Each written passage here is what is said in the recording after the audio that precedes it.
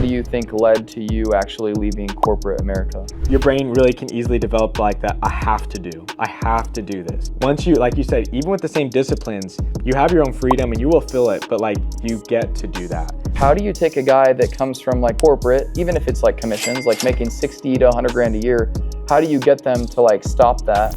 Let them try. Starting out with like, don't take my word for it, come see for yourself. And I think ultimately our goal at SPCO specifically is to get 20 to 40 to 50, 60, 100 if possible, millionaires. This is serious potential. This is amazing. Welcome back to another episode, guys. I'm Jacob Shumway. I'm here with Hiram Dykes. How's it going, Hiram? Hey, good. Good.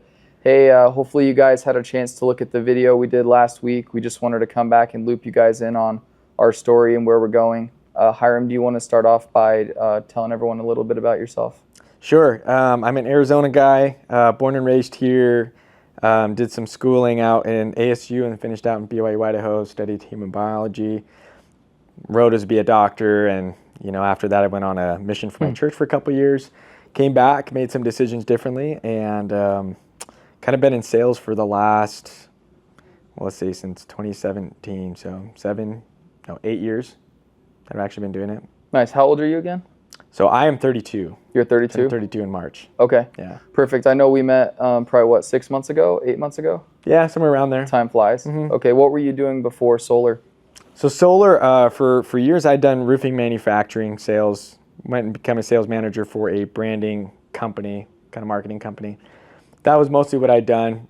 Just before I went into solar, that was a whole thing of where I finally made a decision to leave corporate America, go out on my own and do some things like wholesale real estate and such. Nice. So you graduated from college, it sounds like, and then you went into corporate, you said? Pretty much. What company were you with? So when I first left from college and came back, I worked for a company called Mealhide Products.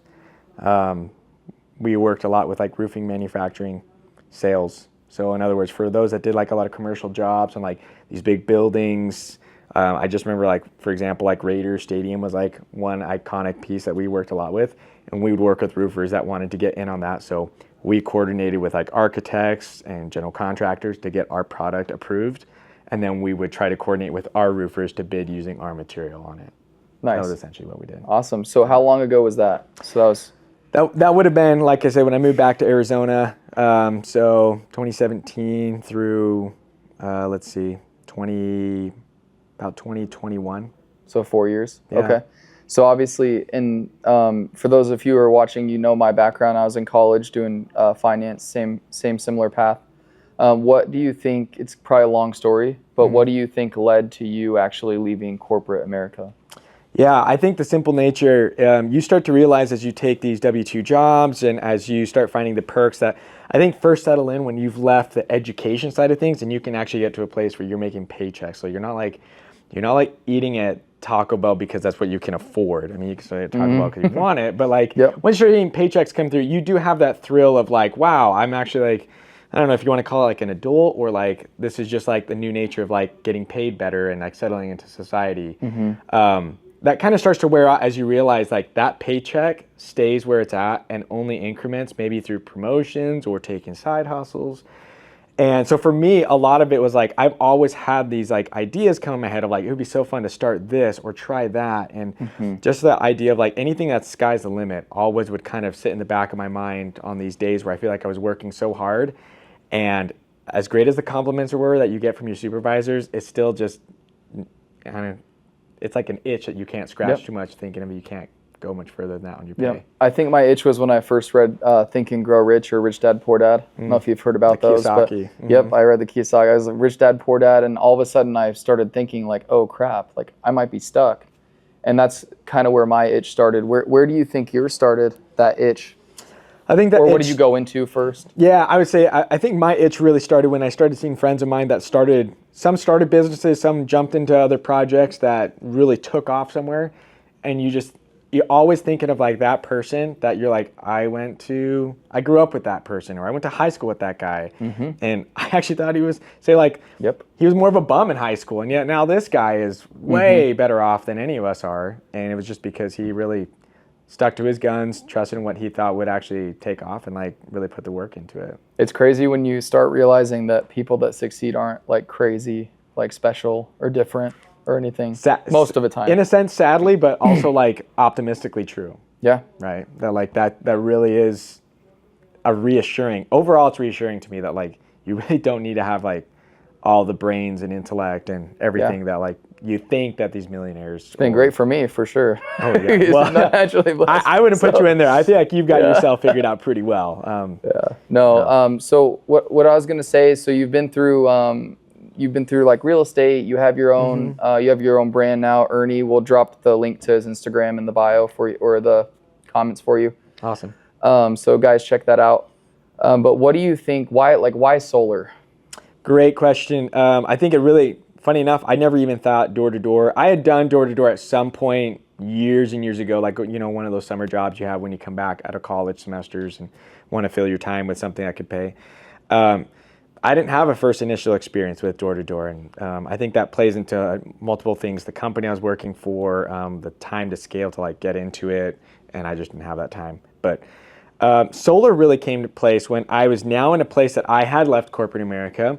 I had mentors and those that that were willing to teach me things. Like that's where real estate really came in. I'd worked with somebody in that field, like Amazon FBA. I'd worked with or knew somebody that had done successful, things in that were able to mentor me.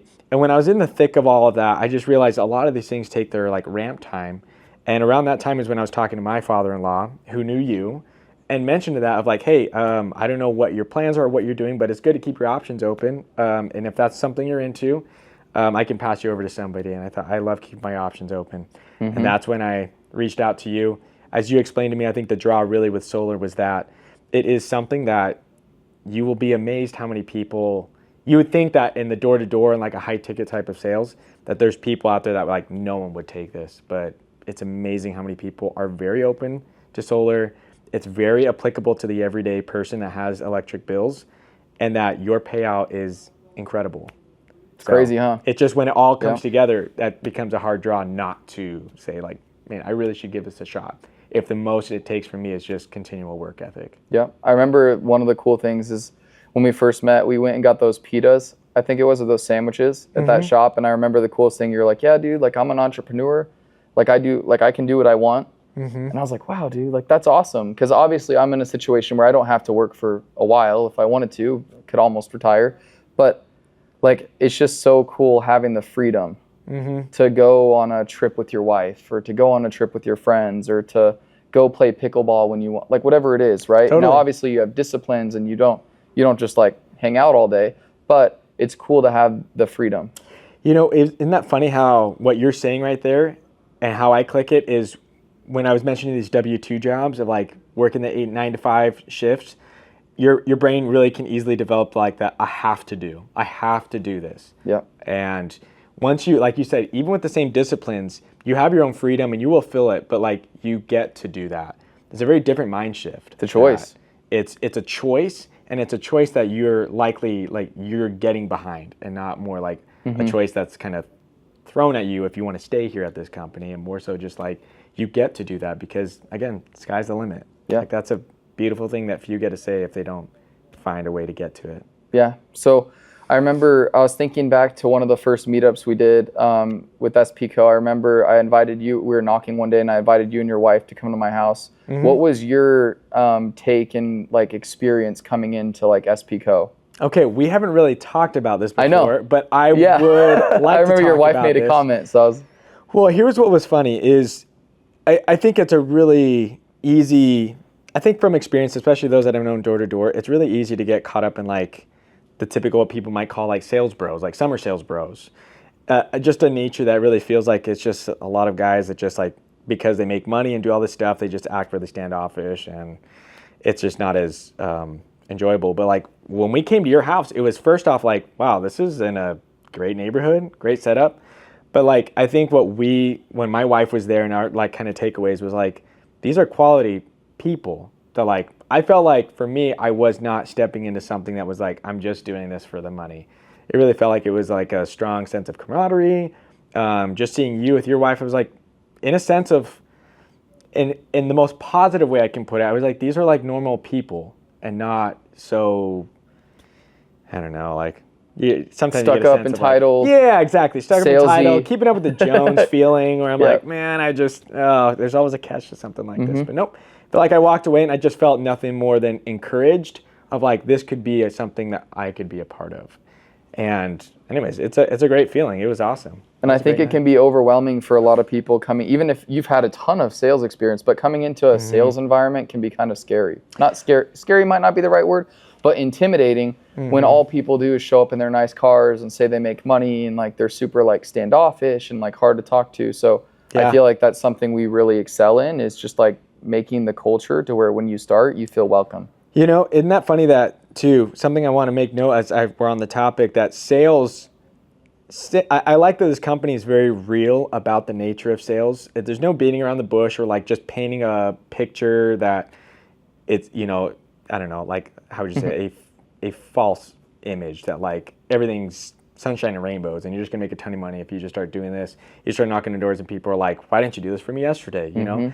In the act, like I say, I'm still shocked how many people I still run into this day that treat me so well at the doors or that I just didn't expect. You always think it's going to be just like the grind. And in the grind, you still find a lot of these pearls. But what I'm getting at is I do like this company accepts that, but they create a culture that's really reinforcing to it. Whereas I've worked for a number of companies that I just felt was nonstop breathing down my neck. I felt like it was a lot of like, if you don't this, then that. And it just felt like it was control, summer sales program. It slips you back into like the I have to or else, as opposed to like I get to, so therefore. And anyways, it's a great shift with this compared to where I've seen in sales, in the nature of sales jobs. That's awesome. So kind of shifting over, after you started, you obviously made your first couple commissions, but when I think of Hiram, I think about like a guy who just like a lot of experience with like random stuff, right? Like whether it's pickleball, like real estate, like whatever it is, like you just know, like know a guy. So a little bit of ADHD, yeah. So I remember you've brought in probably 6 to 8 people in the last couple months, and a couple of success stories so far. But I wanted to ask, like, how do you take a guy from like Jenkins, for example? I'll name drop him. We'll tag him in the comment below too. Yeah. But like, how do you take a guy that comes from like corporate, even if it's like commissions, like making 60 to 100 grand a year? How do you get them to like stop that, risk it? They have a family, like, and just come over and start selling solar. Let them try. Do everything. I felt like, to me, it wasn't such a like teeth pulling experience in Jenkins' case of just letting him, almost instead of even telling him to try, it was like, let him try. Starting out with like, here's the picture, here's how it goes, but don't take my word for it. Come see for yourself. I think anybody in life in general would rather see and experience for themselves than just hear it through word of mouth in most things. I'd rather see the movie than hear what somebody thought about it in theaters and nothing more. Yeah. So in Jenkins' case, people like that. You're making good money, but Jenkins would not leave that if he was content with 60 to 100 and he loved making the same amount every year all the time. And so how do you help him recognize and realize that he wants more for himself? Because obviously some people know, right? Yeah. Ask him the questions that you would want asked to yourself in a situation of like, how do you like your job? What do you like about it? Maybe what's like something you wish you had that you don't have, that your job couldn't offer. And in Jenkins' case, it was like, if there's some way that I can make that type of money by just putting the same work ethic I'm putting into my current job,